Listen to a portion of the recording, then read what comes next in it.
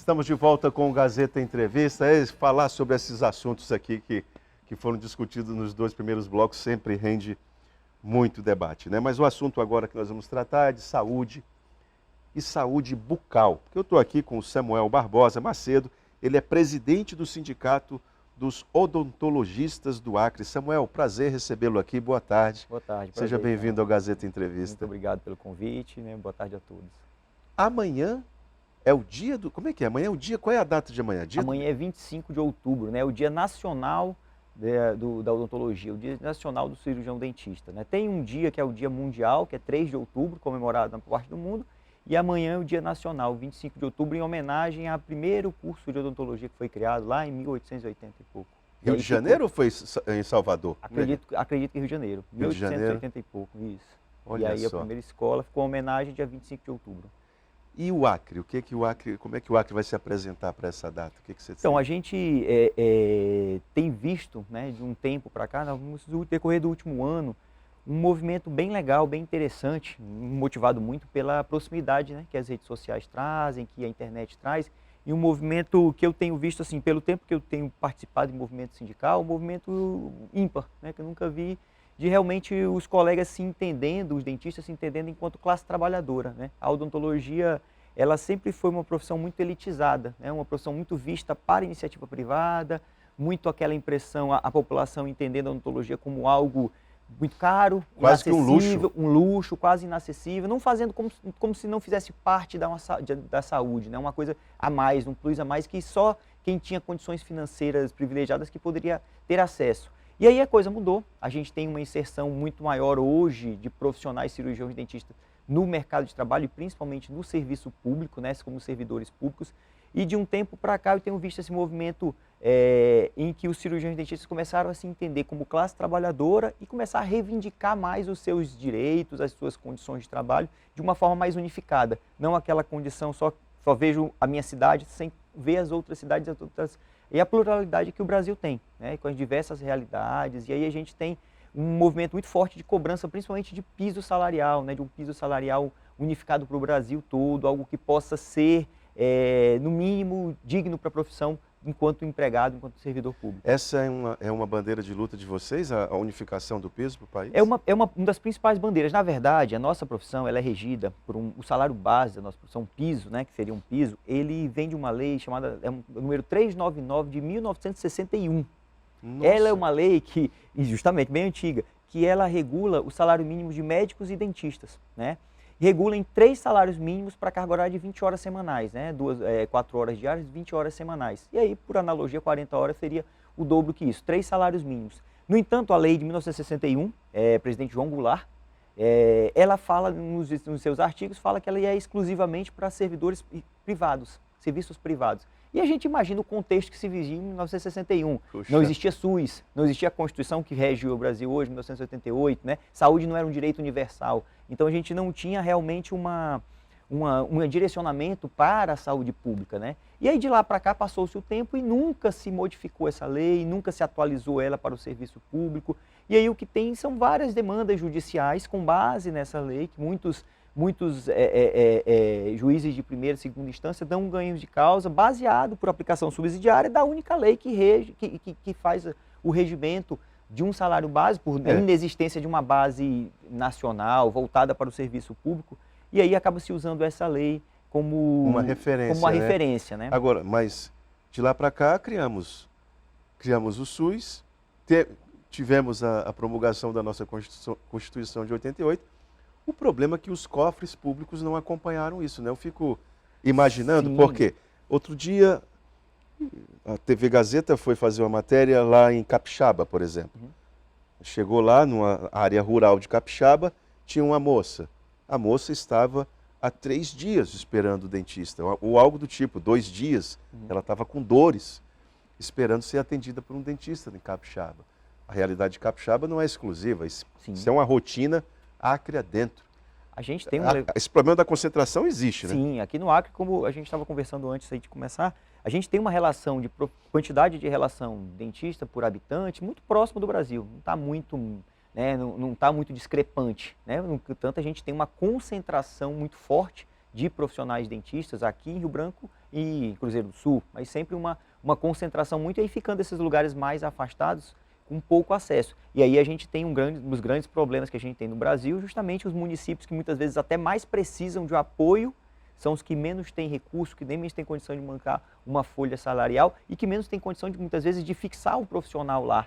Né? Pois é, aí os dentistas, nesse ponto da agenda, se irmanam com os médicos, né? Sim. Porque a falta de aí no caso seria a Secretaria de Estado de Saúde, que deveria elaborar um plano de cargos e carreiras que estimulassem vocês a permanecerem um tempo também no interior. É uma das pautas do nosso PCCR da CESAC, né, falando agora do Estado, é uma pauta do nosso PCCR é de 2000, são 23 anos de PCCR. De lá para cá, só o que teve foram, né, penduricalhos, né, colocadinhos ali, achadinhos, e não se reestruturou o PCCR. Uma das pautas prioritárias dentro da categoria, tanto do odonto, como médica, como as outras categorias da saúde, é o adicional de interiorização. Um adicional de interiorização que realmente considere as regionais de saúde do Estado e que considere uma gratificação, um incentivo financeiro que faça com que o profissional que lá está pense na sua vida naquela localidade, pense em continuar naquela localidade, em criar sua família, criar toda a sua vida naquela localidade. Mas para isso realmente se precisa de uma compensação financeira para que valha a pena, que o profissional vai ter um acesso a visitar a capital com mais dificuldade, vai ter todos os gastos maiores inerentes ali desse distanciamento. Samuel, o nosso tempo é muito curto agora nesse terceiro bloco. O que você destacaria da ação do sindicato e a relação com a data que vocês celebram amanhã? Assim, eu acho que o que eu posso principalmente enfatizar, sabe, Tan, é muito importante a gente pensar o SUS como um todo. Vamos tentar imaginar o SUS como um todo. A gente precisa fomentar de alguma forma que a gente consiga. Eu entendo a independência dos poderes, mas eu acho que isso precisa ser uma pauta prioritária, porque o SUS é uma das áreas que a gente não permite amadorismo. Se você só exerce a medicina, se você for médico, se você exerce a odontologia, se você for cirurgião dentista, se você só exerce a enfermagem, se você é enfermeiro, técnico de enfermagem. E todas essas áreas também têm protocolos a serem seguidos, porque senão o amadorismo leva à morte das pessoas. E por que que o SUS ele é tão unificado quando a gente pensa em programa de vacinação, que dá exemplo para o mundo inteiro, programa de combate ao HIV, que ele é unificado no Brasil inteiro, ele é tão unificado em programas dos mais diversos, que são programas de sucesso, e quando a gente fala de remuneração de trabalhador, remuneração de servidor, aí a gente não tem unificação. Aí tem municípios como aqui do Acre que pagam R$ 2.100 para o dentista para 40 horas. Rapaz, aí a gente não tem unificação. Bom raciocínio esse seu. Quer dizer não permite amadorismo na atuação, mas permite amadorismo na gestão. Na gestão, e cadê as confederações, a comissão bipartite, comissão tripartite? Eles discutem isso. Mesa de negociação do SUS é para isso. O que precisa é ser levado isso como uma prioridade, tal qual a imunização, tal qual esses outros que eu citei. Muito bom. Uma prioridade para que seja também, que o SUS só é feito com trabalhadores. Mas, rapaz, não tinha... Essa linha de raciocínio não tinha sido colocada de maneira tão clara. Quer dizer que o SUS, ele é integrado quando se fala a respeito da questão do sistema, mas esse raciocínio, quando leva o trabalhador em questão, isso não é vale. Pensado. Então, um bom exemplo que a gente tem, e que eu entendo que um exemplo a ser seguido, foi o trabalho excelente que os agentes comunitários de endemias, que os agentes comunitários de saúde fizeram. Porque eles conseguiram uma emenda constitucional, uma PEC que criaram carreira típica de Estado. E por que as outras categorias também não podem criar carreiras típicas de Estado? Por que a gente não pode entender que o SUS realmente tem que ser levado a sério? E o trabalhador do SUS é que faz o trabalho, é um trabalho vivo, um trabalho de pessoas que o esforço da pessoa leva à saúde daquela outra. Perfeito. Bom, em relação a... Eu falei a respeito daqueles... Eu citei como exemplo a situação de Capixaba. Uhum. Como é que você observa o trabalho do odontólogo Acre adentro? Como é que a gente poderia melhorar essa situação? Como despertar essa ideia de que o trabalhador existe no sistema de saúde? É a questão mesmo de sensibilizar os gestores, né? O gestor tem que ser sensível a isso. Eu entendo que mais de 60% dos municípios do Brasil, eles não estão deficitários, precisam de mais recursos. E eu entendo que isso é algo realmente que precisa ser repensado toda essa repartição de poderes, inclusive de financiamento, né? Por que o morador do interior do Acre ou interior lá do Ceará, de um município que tem pouca fonte de arrecadação, por que ele vale menos do que o morador de uma capital que, por exemplo, tem um grande fundo de participação, que, por exemplo, tem recurso próprio, tem RP que possa pagar, remunerar o profissional melhor. Então, é como se o usuário tivessem valores diferentes. Né? O procedimento no usuário ali, ele vale menos do que um procedimento ou um atendimento de um usuário de um grande centro. Essa distinção é excludente demais, né? Sim, tem que ter, é uma discussão muito ampla, né? Então, a gente sai simplesmente da saúde, né? A gente tem que imaginar que a gente precisa levar mais a sério quem faz a saúde, né? Levar mais a sério quem faz a saúde. 1/4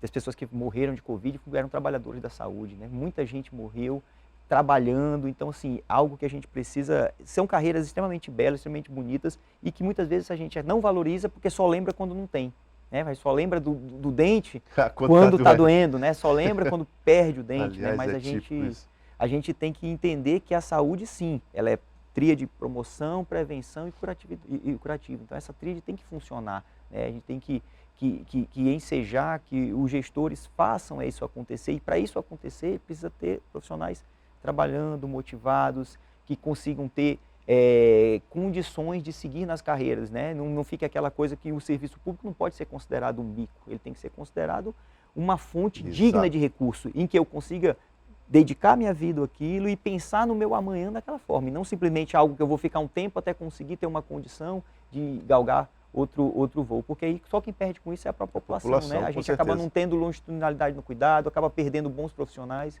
enfim.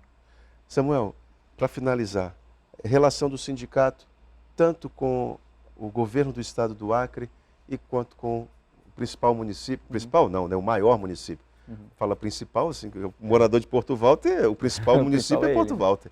Mas o município de Rio Branco, como é que está a relação institucional do sindicato com essas duas instâncias? A gente não tem, nossa ideia enquanto sindicato é ter o máximo propositivo possível, né? O sindicato ele não tem jamais a intenção de acobertar algo errado. A gente quer realmente ter uma relação mais parceira possível, tanto do lado do profissional, né, que o profissional cumpra com as suas atividades de forma idônea, de forma correta, e como também da gestão. Então a gente tenta estar participando dos conselhos municipais de saúde, a gente participa do Conselho Municipal de Saúde daqui do Acre, teve cadeira no Conselho Estadual de Saúde também, atualmente não, mas a gente está pleiteando voltar, e enfim, sempre motiva os colegas do interior para que também participem dessas instâncias, porque a gente entende que a gestão somos todos nós, né? A gestão, o trabalhador faz parte também da gestão quando ele é ouvido e ele se sente parte do trabalho, né? Uma empresa, quando ouve os colaboradores, ela passa a ser um emprego em que o colaborador vista a camisa, né? Então a gente precisa também vestir a camisa, deixar de lado a parte partidária da política, né? E fazer a política